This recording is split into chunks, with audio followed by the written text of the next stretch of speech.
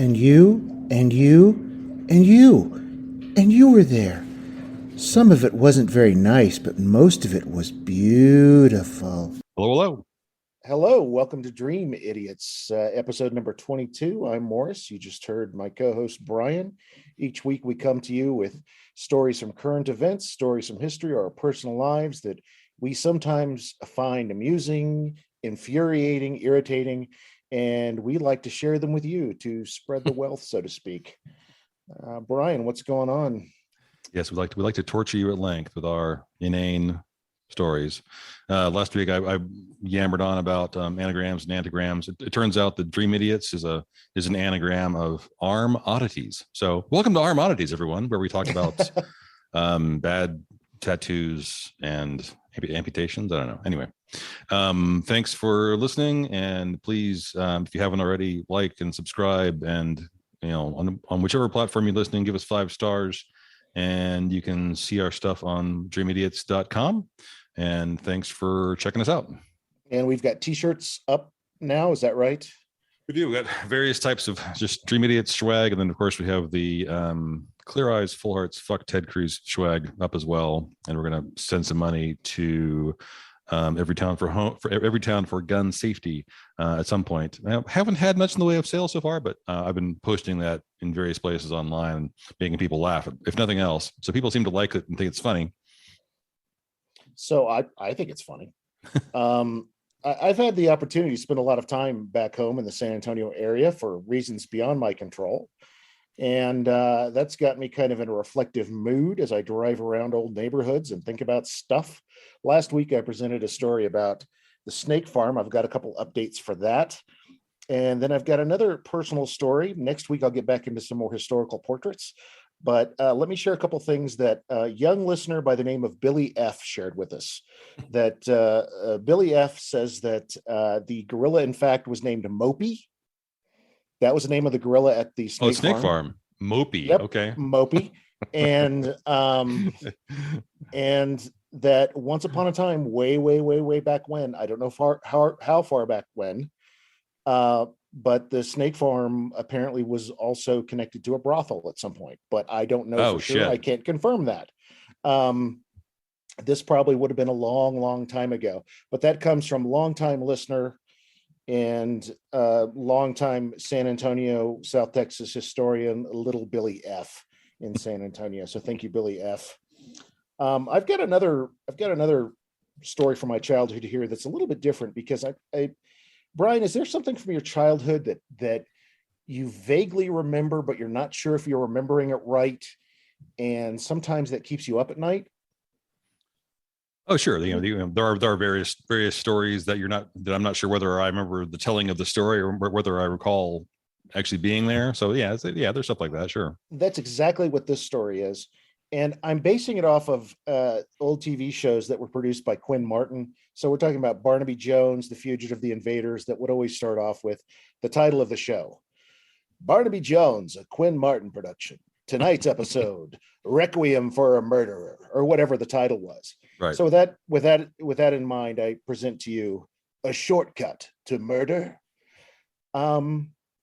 Because I think I saw something, and I'm not sure what I saw when I was a kid. And I've been unable to track stuff down, and I haven't been able to get into the archives at various newspapers to check this out yet. But this is something that comes up every few months, and it has for the last, 40 years. But it all starts with how I used to walk home from school. I lived about a mile and a half away from my school, and I was allowed to walk home probably starting when I was in the 2nd grade. And I would walk home with a group of friends, about 5 or 6 of us. And as you do when you walk home with friends, you slowly peel off. As you come to one kid's house, he or she goes this way, another kid, maybe 2 kids go up one street because they live close to each other. And then by the time you get to the end of the thing, you're walking by yourself. And usually that was me, because as I've said in the past, my street was the very last street in our subdivision. But one of the things that I figured out early on was that if you followed the rules and walked up and down the streets, that would take you longer, as opposed to cutting across the hypotenuse of the square, although I didn't call it that back then. But basically, I took a shortcut. We all did. We went down this odd little side street that was kind of off by itself in our little subdivision, consisting of what I would call garden homes.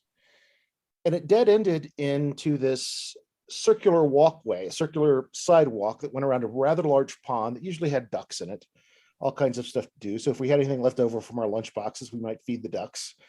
And one of the things we always passed as we went down this little street was one particular house whose garage door was always open.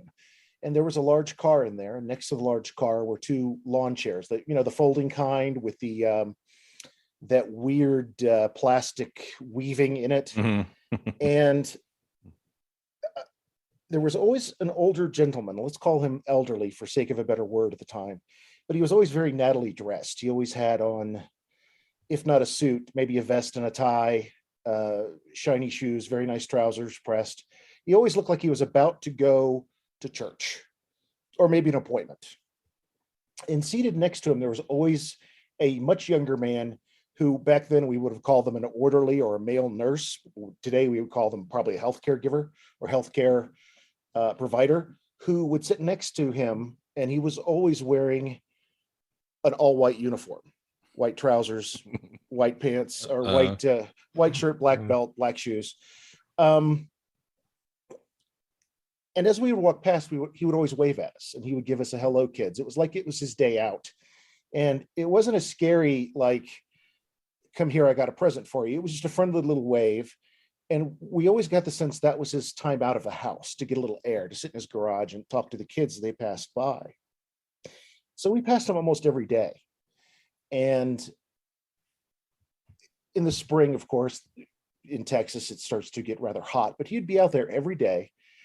And we would pass by him every day in our group of 5 or 6 before we started to split up and go our separate ways. And then later that summer, when school got out and we got preoccupied with other things,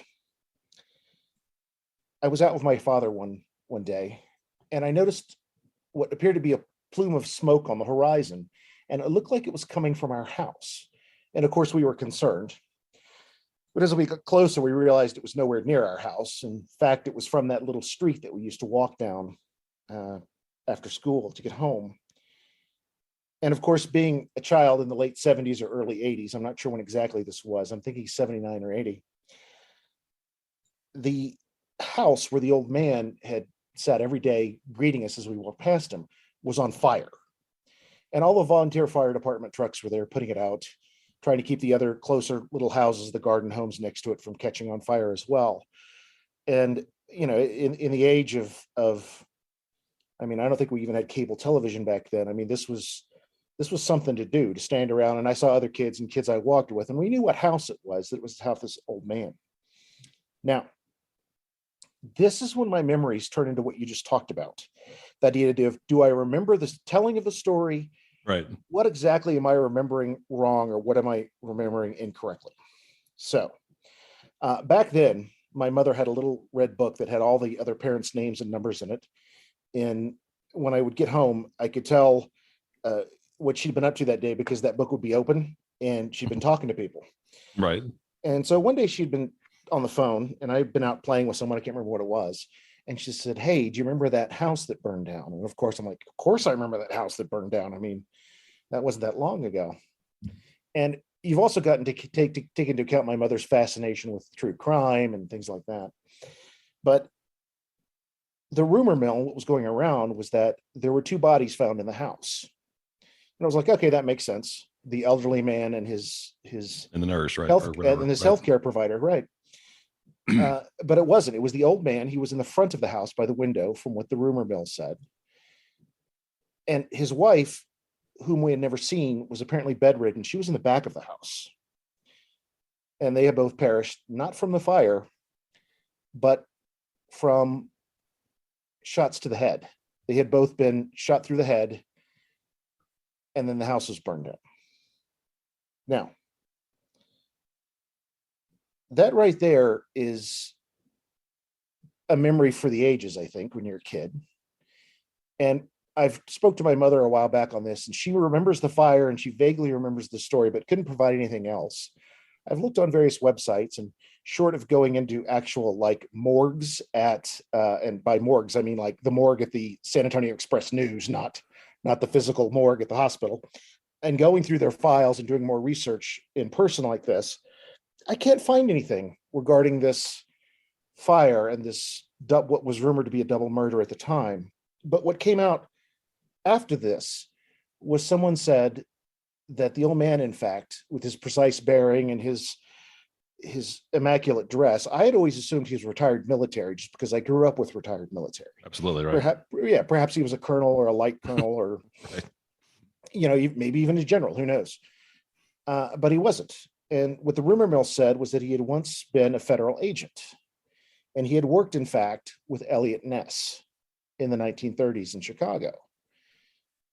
And that, in essence, this untouchable, as Eliot Ness's men were called, the untouchables, had finally been touched. That, in fact, the mob had finally gotten their man and killed him. And in the time since then, I've thought about this story a lot. Was he an untouchable? Would the mafia really do a hit in this tiny town near San Antonio? 40 years later. 40 years later, what am Right. I remembering and misremembering about this story? And what does it say about the nature of memory? And what does it say about the nature of rumor versus fact? It's an interesting story, to be sure. But I guess my real question is, why can't I shake this? Why can't I shake this story 40 years later? And why can't I get it out of my mind? Right. And when I was a kid, I would have dreams about it. For years, I would have dreams about this story. And I've talked to you about this before, and we've kind of looked things up on it. And I don't think you've been able to find anything on it. And no, you may recall that I'm just now recalling that at some point in the last 5 or 10 years, when I was in San Antonio, I don't know why I was in that old neighborhood, but I remember calling you because I was like, I was on that street. That's right, or something. yeah. And I have no clue now why I was in that neighborhood, but remember that story. It's like, I think this is the street or adjacent to the street. I remember calling you then, and you kind of walking me through the end of the street where the pond was. And so I think I was within a house or two of where that happened. Oh, yeah, you're right in front of it. Yeah. Yeah. Because at the same time that this occurred, there were 2 other murders that I know for sure happened in the area. A young woman was killed at work by an aggrieved ex-boyfriend at a local business. And then another woman was found strangled at her place of work. Just horrible, nightmarish stuff that pokes around the corners of your mind when you're a kid, I guess. And I don't know if it's because when we get into the realm of podcasts, it's often through true crime lately, even though, there's been a fascination for true crime forever. I mean, it's not just limited to podcasts, right? As evidenced by the fact that my mother made the rounds calling people, talking to people about what happened in this fire. But I can't shake this story.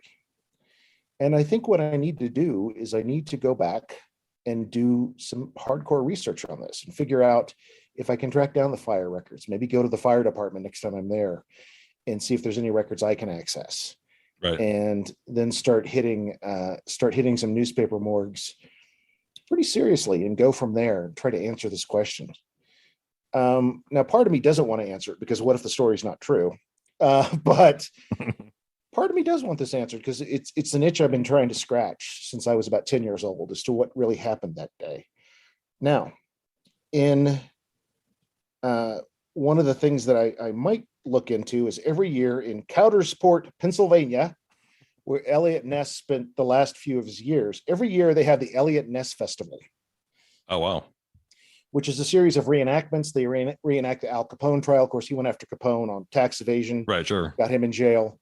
But they have reenactments. They have people dressed up in period costumes. They have all kinds of things. They have lectures. They have film presentations. They have stuff. Now, it's the Eliot Ness Festival. You know what I would have called it. I would have called it the Nestival, but that's just me. But I'm thinking that maybe even a trip to Coudersport might be in the picture someday to check out this Eliot Ness Festival to see if actually one of the Untouchables did finally get touched not far from my house on a really hot summer's day, in South Texas. I don't know. And to quote that great film by John Ford, man who shot by Liberty Valance, when legend becomes fact, print the legend. Right. I don't know where I stand on this, and where my history and my memories have become superimposed by rumor mills of the time. And that is my shortcut to murder.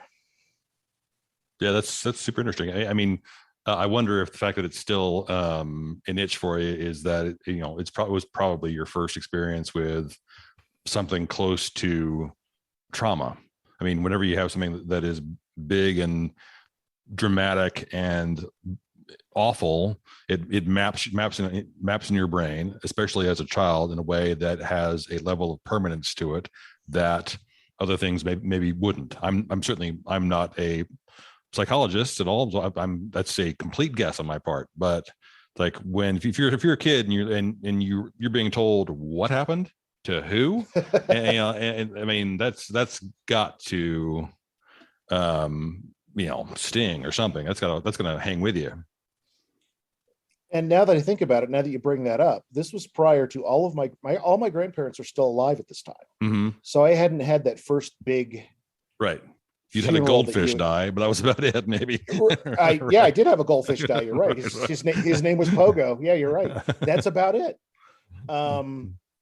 So maybe there is some connection there between something that I've seen and something that this idea that your idyllic childhood, something that you pass by every day, can suddenly become this horror show of murder and mystery. And some people are able to do stuff with that, like Stephen King. Me, I just obsess about it by myself. Right. And I passed by that house several times in the last 10 days while I was back home taking care of that stuff, but I couldn't bring myself to drive past it for some reason. Oh, really? Okay. Yeah, I kept wanting to, but the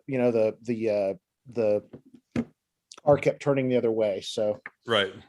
Anyway, that's my little look at memory, rumor, and how we make sense of, I guess, personal history for the week. And next week I will get into some more historical folks and do a couple more historical portraits as things have gotten back to normal here. But I was so inundated with childhood memories and spending so much time, and more time than I've spent in San Antonio in a long, long time. Personally, just kind of reflecting on various things that I remember as from my childhood. Awesome. Yeah, it's super, super interesting stuff. Good job. Thank you. Thanks for helping me through a little psychotherapy trip. There you go. My childhood. I'll send you a bill. All right. Well, you know what time it is. I'm guessing there's someone lurking around the corner. Yes, here you go. It is time for the Dream Idiots Curse Word of the Week. So this one I stumbled across recently, and this just made me laugh that I had never heard this before. And you'll be, I think, amused by this. Nimrod. Noun. Slang. A foolish or inept person. Doofus. Also, noted in the Bible in Genesis as the great grandson of Noah. Depicted as being a great hunter. So Nimrod is actually from the Bible. Yeah, I knew that. You did know that. I knew he was a hunter, but I didn't know. I couldn't recall who he was. Is it in that section of like, and so begat Methuselah, and Methuselah begat. Right. Okay. Yes. Mm-hmm.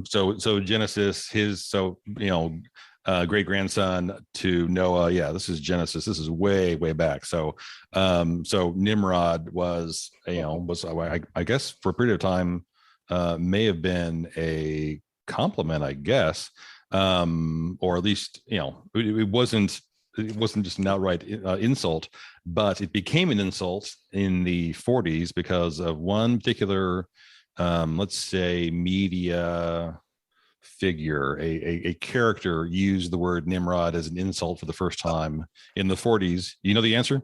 I don't know. I'm gonna guess. Go for it. Was it Bugs Bunny? It was. Woo! So 1946, in one of those early Warner Brothers cartoons, Bugs Bunny says to Elmer Fudd, "What a maroon, what a Nimrod." And so that was the first time Nimrod was ever ever used as an insult, which I never heard that before. I thought that was really funny. Because I always wondered about maroon, but I forgot that he ever used. I love maroon as an insult too. I don't know why that cracks me up too. What a maroon. So stupid, but really funny. And further proof that there's few little slices of perfection better than a Warner Brothers cartoon. Oh yeah, right.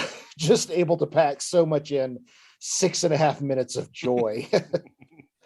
What a maroon, what a Nimrod. There you go. Well, I think Nimrod, the first word that comes to mind when I say Nimrod is, it's almost, maybe it's because the word rod is in there, but the first thing, what a tool. What a Nimrod, what a... I always think Nimrod followed shortly thereafter by Dimwit and Dipstick. they're always those. That's like the holy trinity of the 50s style insult. Dipstick, I just love. Nimrod, Dipstick, and what was the other one? Dimwit. Dimwit, yeah. It's like a law firm, right? Well, you've got the dim, the nim, and the dip. So that's right. It's a very rhythmic way of doing it, man. Right. Good old Bugs Bunny. Yep, hard to beat. Well, and that just reminds me of the fact that my grandmother, I might as well share this here. This was one of the many reasons my late grandmother hated Bugs Bunny. How can you hate Bugs Bunny? Well, she sided with she's a cranky old lady from the Texas. So she sided with the white man. She sided with Elmer Fudd, and she sided with Elmer Fudd and Yosemite Sam. She thought that rabbit's a smart aleck. I hate that rabbit. And she sounded vaguely like Yosemite Sam when she'd say it, but it was probably that language that did it. The Nimrod and the maroon. Yeah, Nimrod the hunter is the only thing I remember from the biblical thing. That is fascinating. So there you have it. And Bugs Bunny was always kind of my Bible. So, the Book of Bugs. Yeah. The Book of Bugs. But they had so many great, when he's disguised as the fabulous Freep. You ever see that one? I'm sure I have. Where he has to dive. It's the fabulous Freep is this guy who dives into a little bitty glass of water. And Yosemite Sam gets all worked up because the Freep's not there. I paid my 2 bits to see the fabulous Freep, and how am I going to see the fabulous Freep? Oh, good stuff, Brian. Funny shit. All right, we're going to shift gears a tiny bit, and when I pick this story, so I swear to Christ to listeners out there, Morris and I do not tell each other what the story is going to be. But mine is also, a crime, story. So, and this is just stupid, dumb luck. I swear to Christ, we are not a true crime podcast. So I'm going to shift gears and make sure that I don't tell anything that's crime related for the next 2 months or whatever. So, but that said, here's another crime for you. But this one is a little bit more recent, and it is local to me here in Austin. And there's a chance you may have heard a little bit about this in the news. It's gotten some press here, at least. So Charles Whitman. Too soon? No. Too soon. Yeah. We're going to talk a little bit about this woman named Caitlin Marie Armstrong. So let's talk about her a bit. She is 35 years old, lives and works in Austin, as I said, on various websites. If you Google her, you'll see she is or was a full-time realtor. She's also certified as a yoga instructor. She's this pretty white woman with long, curly red hair. Nothing much really to note or comment on about her life prior to events that have happened here recently. As a slight aside, in 2018, she apparently went to a salon or massage place somewhere in South Austin, and was basically charged with theft of service. So theft of service is basically when you avail yourself of services but then don't pay for them. So she went to the salon, got whatever she got, her hair done, manicure, whatever it was, and then claimed that she was going to go out to her car to get a different credit card. And she went out to her car, all right, and then she got in her car, and then she drove away. And so it was like $180 or $200 charges to this place, whatever the hell it was. She left. So there's a felony warrant out for her arrest for theft of service. So yeah, she's that girl. She's the one that thinks her shit doesn't stink, probably. So at first glance, yeah, probably not a very good person. So she's also listed as she's the financial guru, which is just a bizarre title. You may as well say financial douchebag for a small company that designs and sells custom trailers. She has this company with her live-in boyfriend. The boyfriend is a guy named Colin Strickland. So Colin is also 35. Colin is a professional cyclist. He's a legit cyclist. He has sponsorships with Red Bull and some other corporate entities that support him. And apparently this is his full-time gig besides occasionally making some custom trailers. And he competes in basically mountain biking events and gravel cycling, which I judge is just mountain biking, I guess. But there is a whole circuit of these types of events for, it's just, I judge is everything but road cycling. As soon as you're off asphalt, you're doing, you're on granite, you're on gravel, you're whatever the fuck. I have no idea. I don't really give a shit. It's not important to the story, whatever. But so we have Colin Strickland and we have Caitlin Armstrong. There are two more people I'm adding to the story here. This is a story I'm telling with four people, and two of them are named Caitlin. So I'm going to use last names throughout this whole story, so we can keep everyone straight. So Caitlin number two, Caitlin Cash. She's not that important to the story, but she owns a property on Maple Avenue in Austin, Texas, where a lot of the events in this story wind up taking place. So May 10th of this year, so a month ago, she goes to the Austin Bergstrom International Airport, and she picks up a woman named Anna Mariah Wilson. Mariah goes by Mo. She is 25 years old. She's also a professional cyclist on this gravel circuit, whatever the hell it is. I don't really know. She's 25. She's an up and comer in this area of athletic endeavor, whatever. So her reputation as a cyclist apparently is growing quite a bit. She is, has a great reputation. She's known to be, probably the best female cyclist in this arena in the States and one of the best in the world. She's from Vermont originally. I think she, around this time was living in California. She's traveling to Central Texas to compete in some arduous, awful sounding event out in Hico, Texas, which is out kind of near, sort of between Waco and Fort Worth-ish, Stephenville. So out that way. So basically what we wind up having here is a love triangle. So both Mo Wilson and Armstrong, Caitlin number one, both Wilson and Armstrong at various points in time have been dating Strickland. Armstrong for a much longer period of time, about 3 years off and on. At this point in time, however, Strickland and Armstrong are actually living together in the same house. But at some point in the past year, Strickland and Armstrong broke up, and he started a relationship with Wilson as well. And it sounds like this is a love triangle that has just run amok. I mean, this guy has managed to crash his bike into a tree and fuck this thing up pretty compellingly. So he's trying, he's still dating Armstrong. He's kind of, keeping Wilson on the back burner, but she's definitely still involved. Whether or not, or to what extent she is aware of Armstrong being around is kind of hard to tell, but it's clear from some of the records that were released here that, and also I judge from comments made by Strickland after the fact, that Armstrong knew about Wilson, didn't like her, didn't like his connection to her, tried calling her at several points in time, tried to block her number on Strickland's phone at one point. So lots of passive aggressive, really jealous horseshit behavior. And this woman is angry at Wilson's even presence on planet Earth, and is definitely very, very threatened by her. And the fact that she just won't go away, or that Strickland appears to still be kind of stringing her along, apparently really does piss Armstrong off.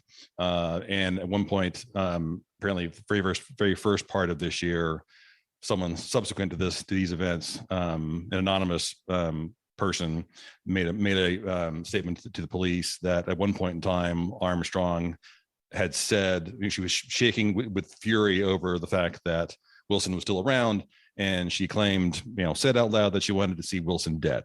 So that's a bad thing to say out loud. So May 10th is when Wilson, Mo Wilson, first arrives in Austin. Next day, the 11th rolls around.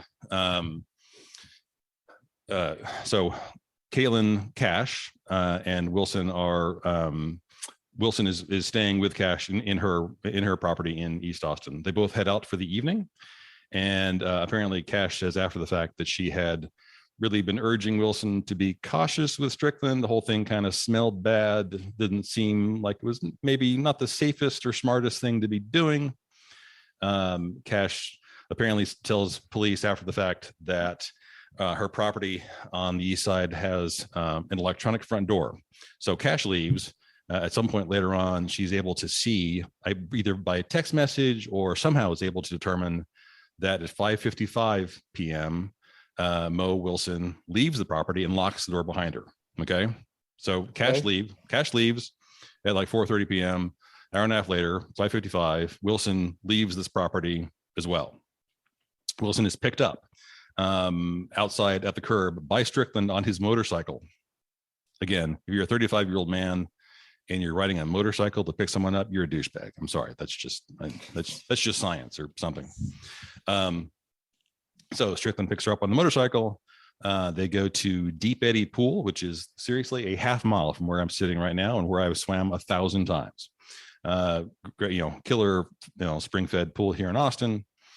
They go afterwards there's a place right next door called Pool Burger, which is a little burger joint that's literally next door to the pool, and they have dinner. Strickland has turned off his cell phone so that Armstrong can't reach him, can't find him. So again, pretty suspicious, iffy behavior on his part. So they go eat. At some point later on, they head back to the property on Maple Avenue, and Strickland drops Wilson off outside at Maple Avenue. And Caitlin Cash gets a notification about the door being unlocked at 8:36 p.m. You with me so far? Yes. Okay. You look confused. I see you with me? Are all of these people real? Yes. Okay. This is a real event. Okay.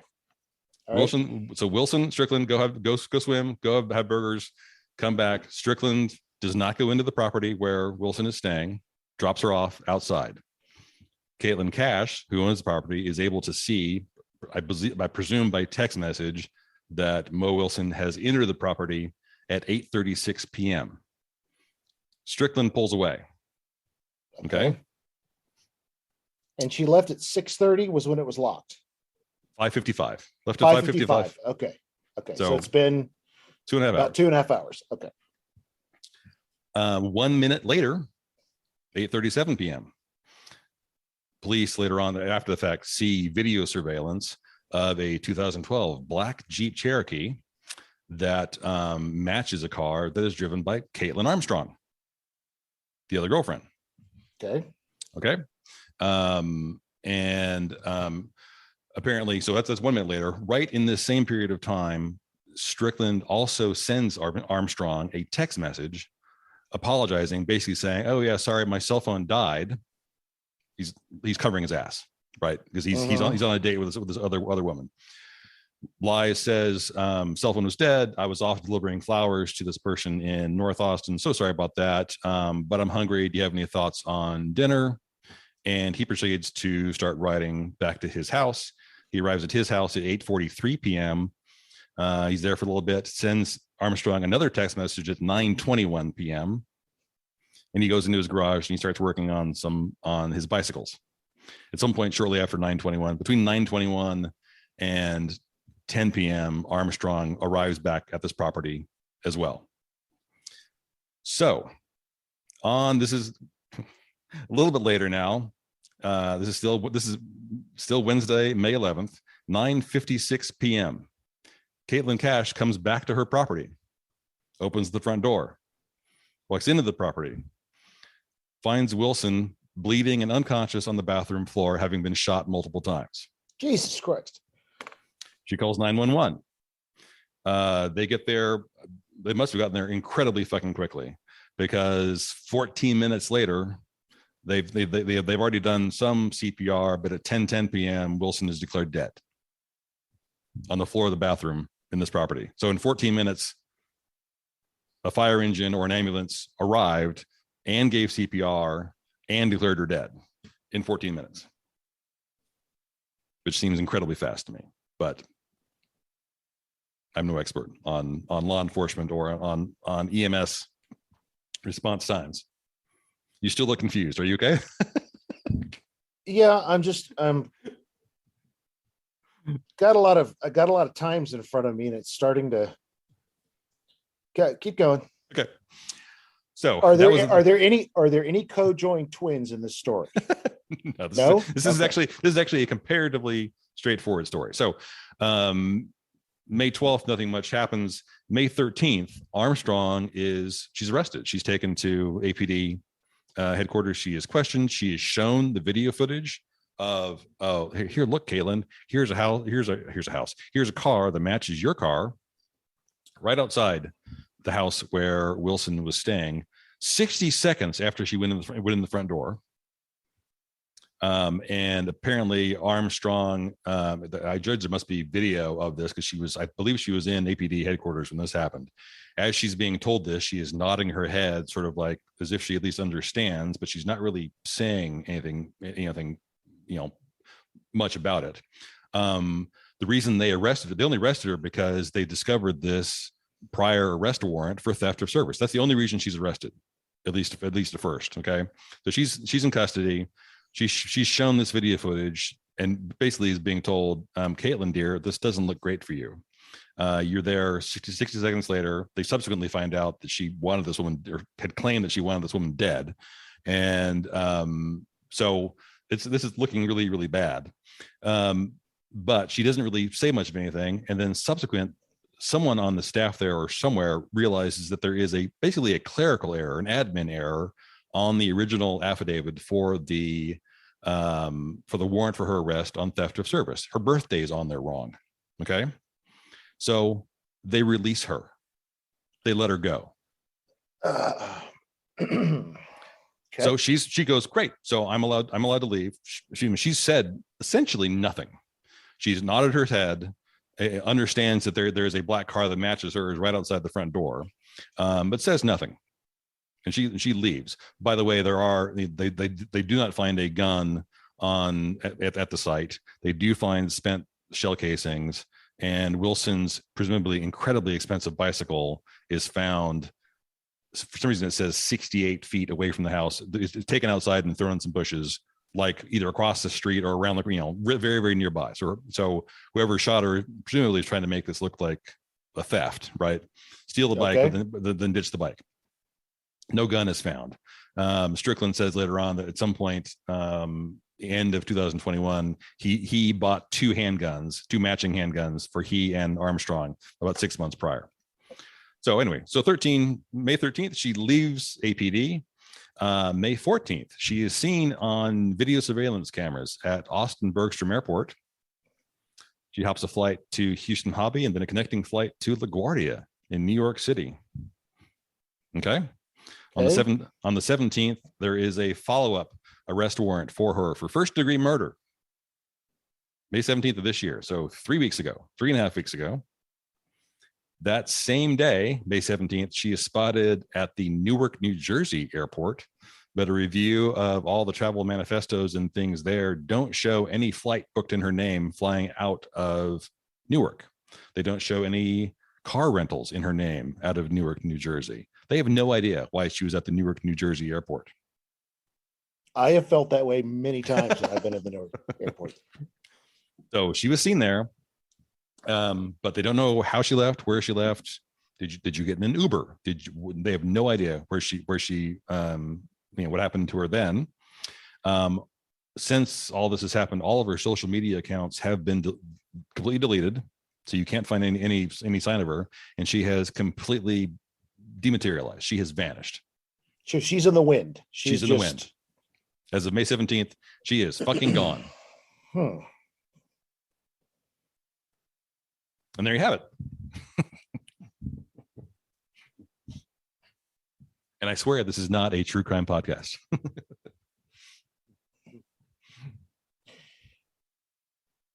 Okay, so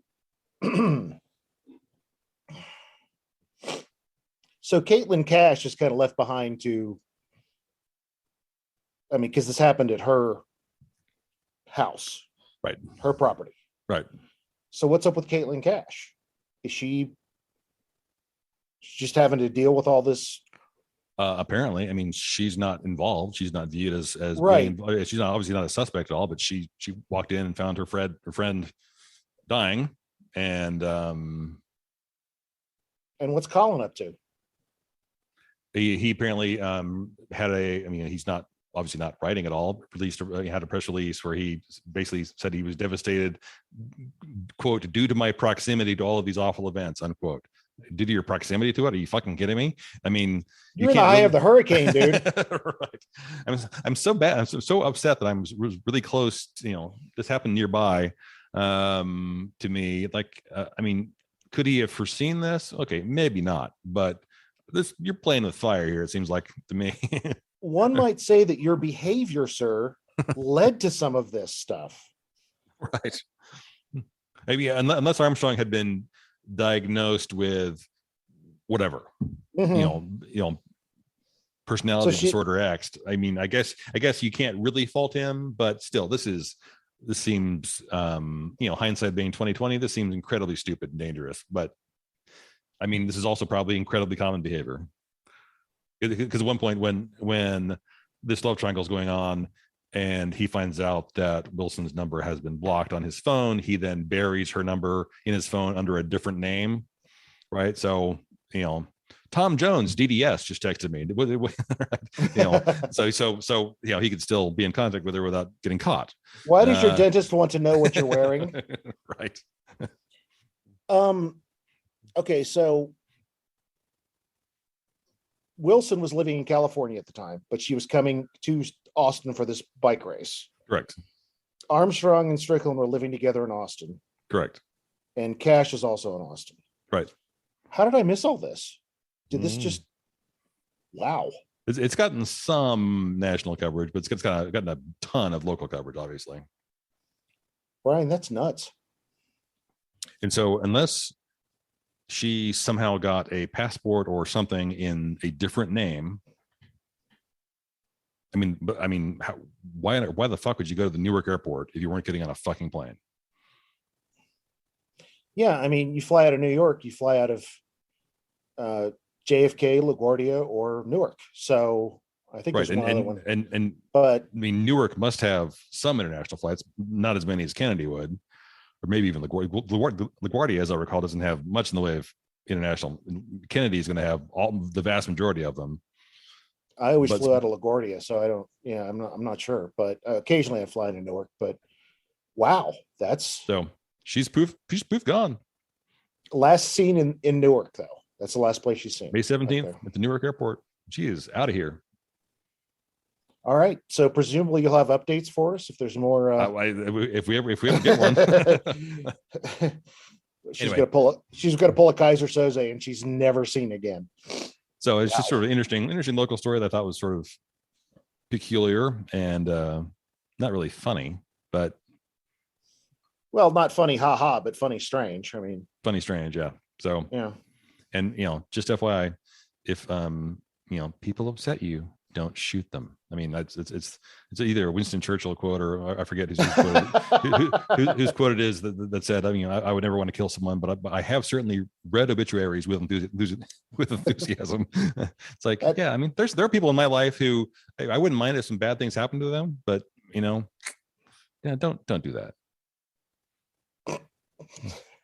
Read obituaries with enthusiasm.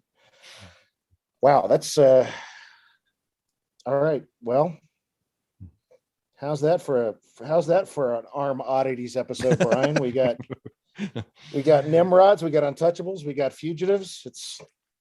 That's one odd arm. I tell you. All right. Well, that was our true crime episode for the year. Yes. And again, No totally more true crime. unintentional. Right. Yeah. Complete accident. People are like, bring back the wordplay. All right. Thanks, folks. Thank you for listening. And, as we said before, rate and subscribe and share and let us know what you think. See you later, Nimrod. You Nimrod. You Maroon. Bye.